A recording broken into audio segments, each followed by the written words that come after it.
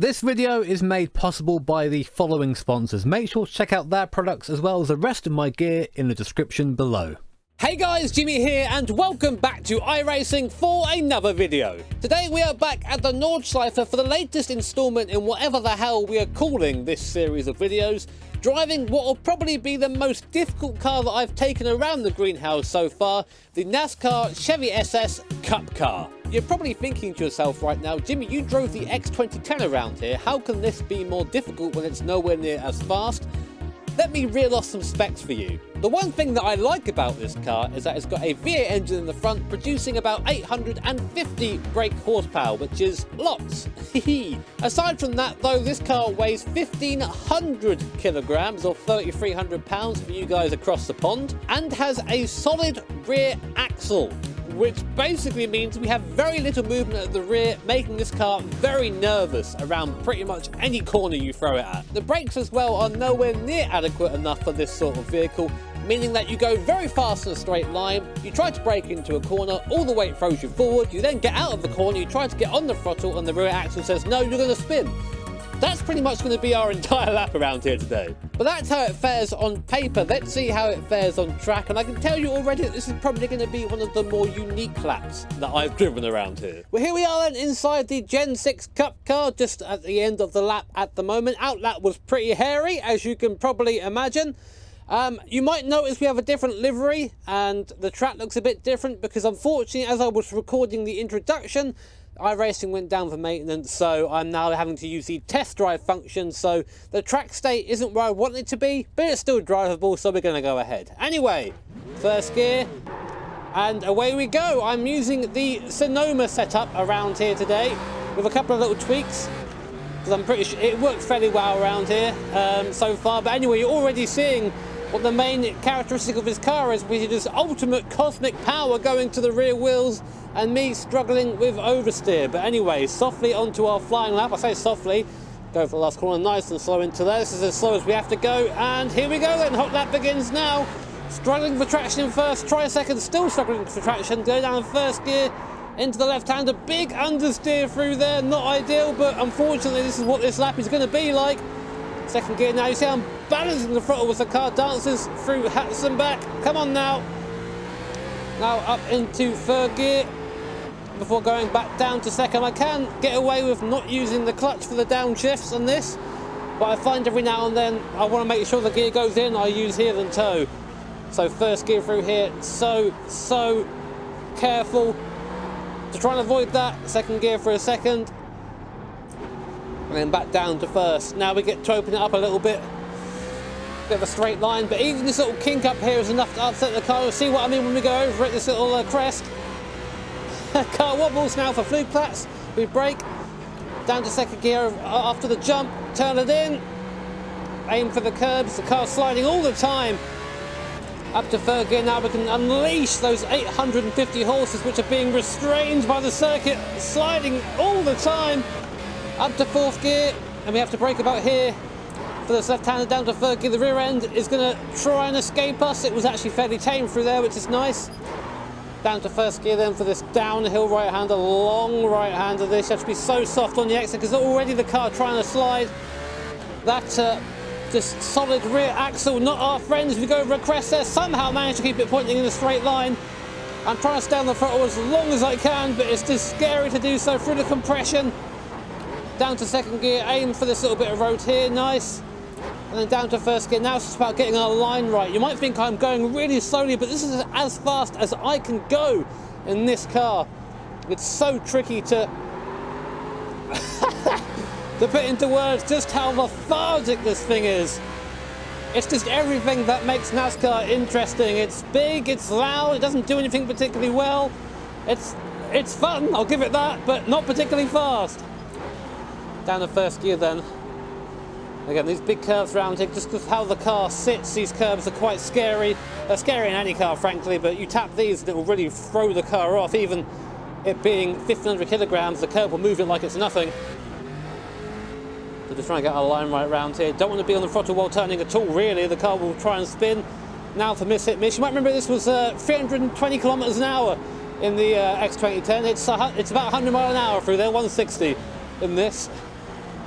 So half the speed, oh god, wrong gear, half the speed of the X2010 through there. Didn't lose really any time there, the wrong gear, because we were busy braking, but finally get to open it up again. You can probably count the times I'm allowed to get fully on the throttle on both hands around here. Spend a lot of time in first and second gear. It means you have to be quite soft. Of course, you do want to short shift a little bit every now and then, but you want to use the power. This thing revs to 9,500 RPM, or near enough anyway. And it likes to be at that speed. It likes to have that power. God, really battling with the brakes of this thing. There we go. Now we can open up a little bit. Watch out for this crest. And again, this slight right hand. We're going to go into third nice and early. Just balancing the throttle through here. Trying to get on it as much as I can just to eke out a couple of Ks. There you go, nice. And now we're going to leave it in third gear, because by the time we get to this little slight kink up here, which is flat in pretty much everything, it's not flat in this. And this left hand is definitely not flat. Down to second gear, in fact, as I understeer a bit through here, but get on the throttle nice and early, aim for the outside, just touch that little bit of runoff there. Back up to third gear, throw it at the curb because it will understeer. We actually touch it there and get two wheels off the ground momentarily. And now down to first gear. So soft for here. You see the car just not really doing anything. Just sort of meandering its way through the corners. And the carousel's an interesting one. You have to go through here very slowly. Otherwise the car will start to plough and you'll just eject it. Hopefully we can get through it in one piece. Slow, slow, slow, slow. Being a bit on the cautious side around here, because getting around the lap in this thing is very tricky. Bumpy through there and having to wait. You can only really accelerate full throttle while you're going in a straight line. Any change of direction whilst on full throttle will see you spin. There you go. I wasn't even full there and tried to go around on me. So second gear through here, left foot braking just to try and get the nose in.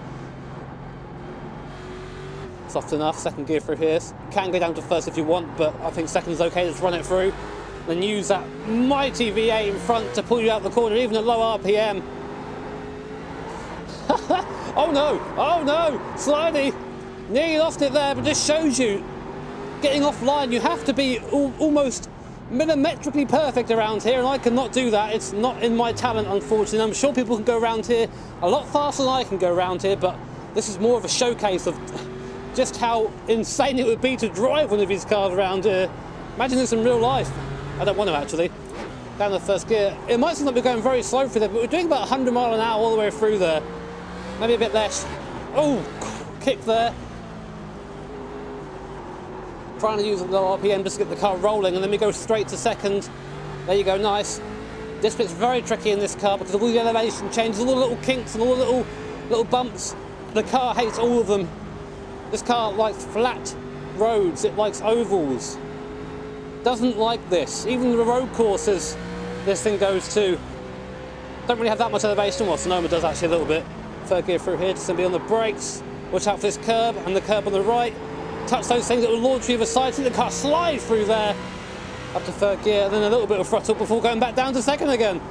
Luckily in a minute we're going to get a chance to open up this thing and you'll see just how much of a monster it is in the straight line, but that is it. That's all it can do. Straight line when it's a big runoff.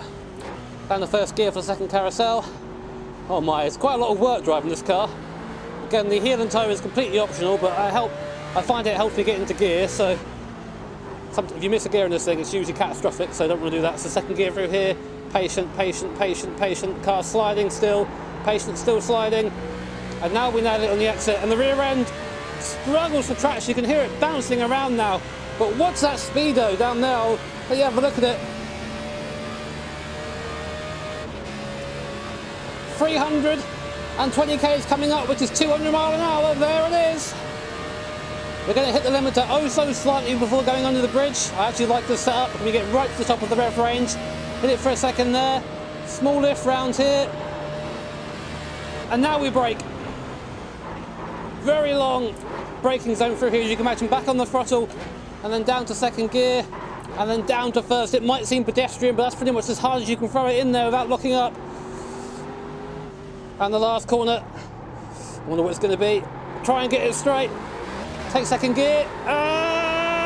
It's a 724, which I thought we'd do a lot worse than that. A 724 then in our Gen 6 Cup car. I would like to see if anyone more talented than me could maybe get this underneath 7 minutes with a better track state. I bet they probably could as well. But 724, it just goes to show you that how much the power saved this car. I think 724 is slightly faster than the Formula E car, just.